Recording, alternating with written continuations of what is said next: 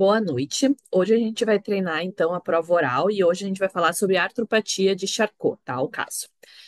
Lembrando lá que na prova oral, então vocês vão ter 5 a 6 minutos. No meu ano ali foram 5 minutos. Geralmente eles apresentam 2 a 3 slides, que começa ali com a sequência lógica que a gente aprende na medicina, de anamnese, exame físico, hipodiagnóstica, tratamento, complicações, tá?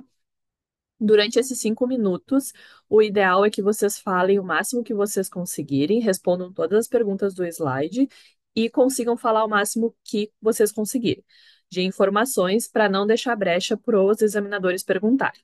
Os examinadores serão em dois, né? E eles têm um checklist ali que eles seguem, que eles vão vendo se vocês vão respondendo às questões que são perguntadas nesse checklist.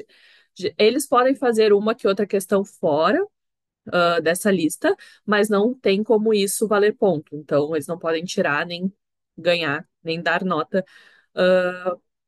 se tiver fora daquele checklist, tá? Então, eles avaliam de formas separadas. Geralmente, eles têm 30 segundos, 1 minuto ali para preencher, então eles já preenchem na hora. Como é que foi tuas respostas? Geralmente eles pontuam ali 2, 0, 2, 4, 6, 8 ou 10. E depois a média das 16 questões que vocês respondem, 8 com uma dupla de examinador, depois 8 com outra dupla de examinadores, vai dar a média da tua prova oral. A prova oral, ela é o que vocês têm que saber, o dia a dia básico, e obviamente sempre vai cair aí uma classificação para vocês. Mas não é para cair rodapé de livro que nem cai na prova escrita, né, na prova teórica. Não vai ter rodapé, vai ser geralmente o lógico. Então, respondam o lógico, respondam o que está na literatura do Teote. Vira e mexe, vai ter assim algum assunto que ele é mais polêmico, vocês podem comentar que ele é mais polêmico. Se vocês têm, por exemplo, eu quero ser especialista em pé e eu já estudo materiais de pé e tornozelo, eles têm um pouco de diferença em relação aos materiais da ortopedia geral. Vocês quiserem acrescentar isso, vocês podem, mas vocês têm que falar o básico do assunto, tá? Então não adianta vocês saberem rodapé de livro e não saber o básico ali para responder para a prova. Então, lembrando que é um grande saguão, né? Vai ter um telão onde vai passar esses slides. O tempo é para todo mundo. Vocês ficam numa mesinha ali que tem água com os dois examinadores, pode ter ou não um observador. E é todo mundo falando ao mesmo tempo, né? Numa voz mais baixa, mas vocês conseguem escutar ali as mesas ao lado, né? E não tem tempo, não tem intervalo. Vai ter intervalo só para os examinadores colocar a nota deles e depois para trocar a dupla de examinadores. Mas é uma prova que tu nem vê passar, é muito rápido o que acontece, o tempo passa rápido. E sempre que vocês puderem estar falando, é melhor para vocês, não dá brecha para perguntas. Tentem responder todas as perguntas dos slides e tentem falar sobre todas as imagens que vão aparecer nos slides também, certo? Não é uma prova difícil, tá? Se vocês estudaram para passar na teórica, vocês sabem responder as questões da prova oral. Então, é tranquilidade e colocar o que vocês sabem numa ordem lógica e numa ordem que for perguntado. Na ordem lógica que a gente estuda qualquer assunto, né? Anamnese, epidemiologia, mecanismo de trauma, o tipo de fratura e as classificações, tratamento, complicações, bem naquela sequência que a gente sempre está estudando, tá? Então, paciente masculino, 41 anos, diabético, com queixa de dor, calor e eritema em pé esquerdo há 14 dias sem trauma, tá? E pós-diagnóstica, descrever o raio-x, comente. Então, vocês vão ter uma imagem clínica ali do pé, nesse caso, no pé esquerdo, né? Mostrando o calor local, vermelhidão, tanto na ponta dos dedos como ali no médio pé. Sempre que tiver imagem clínica, vocês escrevam também. E no raio-x a gente vê, né, um raio-x aparentemente sem carga em AP e oblíquo do pé, sem alterações significativas que a gente consiga ver aí nesse raio-x. Então, de hipóteses diagnósticas, né, a gente sempre tem que avaliar também a questão aí circulatória, sensibilidade, força, amplitude de movimento, né? Fazer o exame físico completo do pé. Hipóteses diagnósticas, então, a gente vai ter principalmente osteomielite, né? E infecções como celulite, como diagnósticos diferenciais. Nesse caso aí, a artropatia de Charcot também vai entrar. Pode ter síndrome da dor complexa regional, uma hipótese mais menos, menos evidente, menos provável de ser. Fratura por estresse, né? Que a gente também não veria no raio-x, então compatível aí com a clínica e o raio-x que o paciente apresenta. Depois, então, o paciente vai ser liberado apenas com anti-inflamatório. Após 3 meses, ele retorna com piora da dor e queixa de deformidade no pé. Então, o que a gente vê aí é um pé que perdeu o arco. Ali naquela foto anterior não dava para ver, mas dá para ver que era um pé plano, mesmo sem apoio, né? Que não tá mais com esses sinais flogísticos, mas ele apresenta um raio-x com bastante fraturas e luxações, subluxações, deslocamento, fragmentação, principalmente da Lisfranc, então principalmente afetando ali o médio pé. Então, esse quadro clínico ele nos fala muito a favor de atropatia de Charcot. Não é um diagnóstico tão claro, tão evidente, né?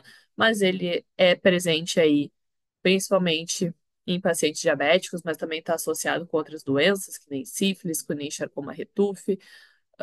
Vai ter outras doenças menos comuns associadas, como diabetes é muito prevalente, então a maioria dos pacientes vão ser por diabetes, tá? Então, essa é a epidemiologia da doença. E o que que a gente pode falar aí? Vão pedir provavelmente classificações, tá?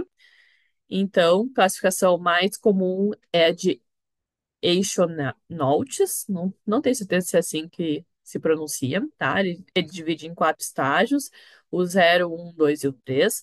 O 0 é quando não tem nada no raio-x, tá? E tem aqueles sinais flogísticos ali, com edema, eritema e calor local, geralmente pele íntegra, sem história de trauma, sem ferimento, sem úlcera, tá?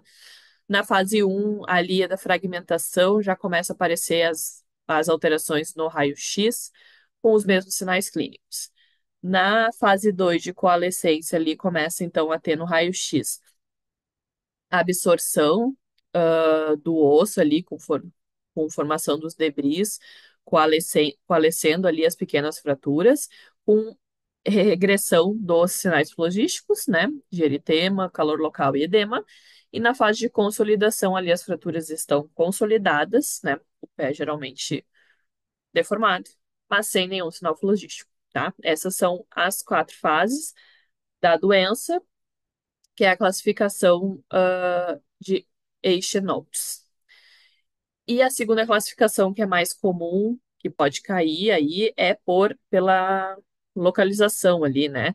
É a de Brodsky, que é ali tipo 1, quando afeta o médio pé, tipo 2 é quando afeta o retropé, tipo 3 ali vai ser quando afeta o tornozelo, tá? Essa classificação aí também é bem famosinha, tá? Então, geralmente são as duas que caem em prova em relação à ortopatia de Charcot. E o que que a gente pode falar de opções de tratamento? O principal que vocês têm que citar é qualquer paciente com suspeita de artropatia de Charcot, ele tem que ser imobilizado e retirar a carga, tá? Muitos pacientes vão receber anti-inflamatórios, antibióticos e vão continuar pisando, e isso vai deformar o pé e vai trazer complicações muito piores para a gente poder tratar no futuro. O tratamento principal é retirar a carga, é parar com que esse pé pise, tá? Ele não pode pisar para destruir o menos possível. É controlar a diabetes, controlar as doenças de base, pode ter infecção sobreposta associada. Então, tratar com antibiótico, pedir ajuda do endócrino, do infecto, talvez pedir alguns outros exames de imagem, como ressonância, tomografia, mas fazer o diagnóstico aí diferencial, com osteomielite, com celulite, às vezes pode ser meio complicado. Então, de qualquer forma, retirar a carga e ter paciência, porque vai demorar essas fases para passar, tá? Vai demorar para parar os sinais fluídicos e a gente só opera no último estágio, tá? A gente só pensa em cirurgia no último estágio. Então, que pode aí demorar meses, tá? Então, é com imobilizar esse paciente, principal preferência com RoboFoot, né? Com alguma coisa removível para não ficar causando lesão ali, a gente conseguir acompanhar a deformidade, ver se não vai ulcerar nada, mas é tirar a carga desse paciente, tá? Futuramente. Então, aqui a gente tem várias opções de tratamento. Essa opção aqui de baixo, ela mostra exostose simples, tá? Retirar pontos de pressão e de carga do pé para não criar úlceras, para não criar feridas futuramente. Então, retirar ossos que estão sobrando, né? Do, de áreas de pressão do pé, né? Ou áreas que vai apertar no calçado, tá? Geralmente, nesses casos, as articulações elas vão ser destruídas, então só vai sobrar artrodese para a gente fazer. Tem vários tipos de artrodese, pegando médio pé, retropé, pegando tornozelo, pode ser feito com haste, pode ser feito com placa, parafuso, mas tem que ser feito quando a doença está bem controlada, tanto a artropatia quanto a diabetes, no melhor estágio possível desse paciente. Lembrando que cada incisão que tu fizer no paciente diabético, as chances de complicar são muito grandes, então tem que pensar nisso, tem que preservar esse pé no sentido de não levar para amputação. Então é tirar a carga, cuidar desse pé, cuidar da diabetes e depois o ortopedista vê o que faz, tá? Em último caso, aí algumas reconstruções com fixadores externos, dependendo da alongamento ósseo, né? Dependendo de quanto foi destruído, às vezes vai precisar de enxerto. Mas esse pé futuramente, quanto mais destruído, mais fixação rígida ele vai precisar para esse paciente poder voltar a pisar e ficar sem dor, né?